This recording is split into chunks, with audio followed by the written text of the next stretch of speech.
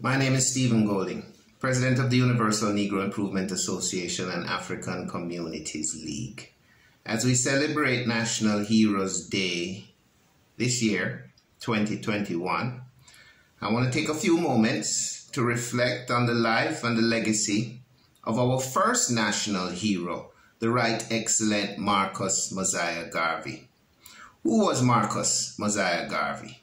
Born in St. Anne's Bay, August 17, 1887, trained as a printer, moving to Kingston in the early part of the 1900s, going on in the 1910s to travel across Central America to the United Kingdom and to Europe, before returning home to form the first division of the Universal Negro Improvement Association and African Communities League here in Kingston in 1914.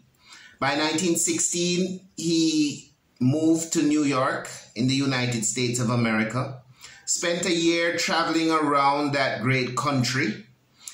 In his own words, he said, after seeing the conditions of black people both in Latin America, in Europe, and in North America, it dawned on him, and he asked himself the question, where is the black man's king? Where is his government? Where is his army? Where is his navy? Where is his men of big affairs? And when he could not find them, he said he would help to create them. By 1920, Garvey held the first international convention of the Negro peoples of the world, opening up at Madison Square Garden and continuing for the 30 days in August at his Liberty Hall in Harlem. That convention produced one of the world's greatest documents. Garvey called it the Magna Carta of the Negro race. It was the Declaration of Rights of the Negro peoples of the world. In fact, last year, on the centenary of that convention, many human rights advocates have only now started a century later to locate Garvey, rightfully so, in his place as one of the earliest champions for human rights, because Negro rights were human rights. In 1919, there was an assassination attempt on Garvey, the same month that he launched the ill-fated Black Star Line, the flagship operation of the African Communities League, but something that carried his name, his image, and his message around the world.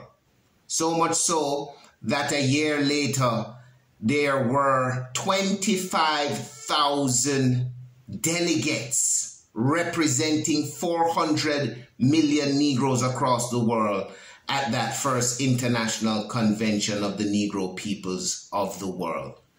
Of course, the Federal Bureau of Investigations, then the Bureau of Investigations led by J. Edgar Hoover, pursued Garvey relentlessly. From as early as 1919, Hoover stated that they needed to find some way, some law that he had broken, something that would allow them either to incarcerate him or expel him from the country.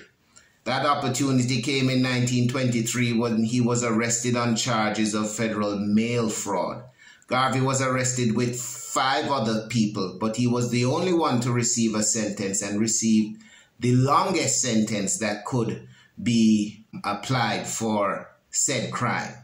He was sentenced to 5 years in a federal penitentiary in Atlanta, Georgia. But after spending 2.5 years, he was pardoned by U.S. President Calvin Coolidge, with the one caveat of immediate deportation. He arrived back in Jamaica in 1927 and wasted no time getting back to work. He was elected as a council for the Kingston and St. Andrew Corporation in 1929 and went on to contest a parliamentary seat to represent the parish of St. Andrew the following year. Garvey held conventions of the UNIA in Jamaica also, in Kingston in 1929 and in St. Andrew in 1934, before going into a self-imposed exile to England in the United Kingdom in 1935. He had a stroke in 1939, followed by another in 1940, which took his life. His body was reinterred in Jamaica in 1964 at what was once the Kingston Racecourse and was now recreated to be, as we know it today, National Heroes Circle, where he lies enshrined.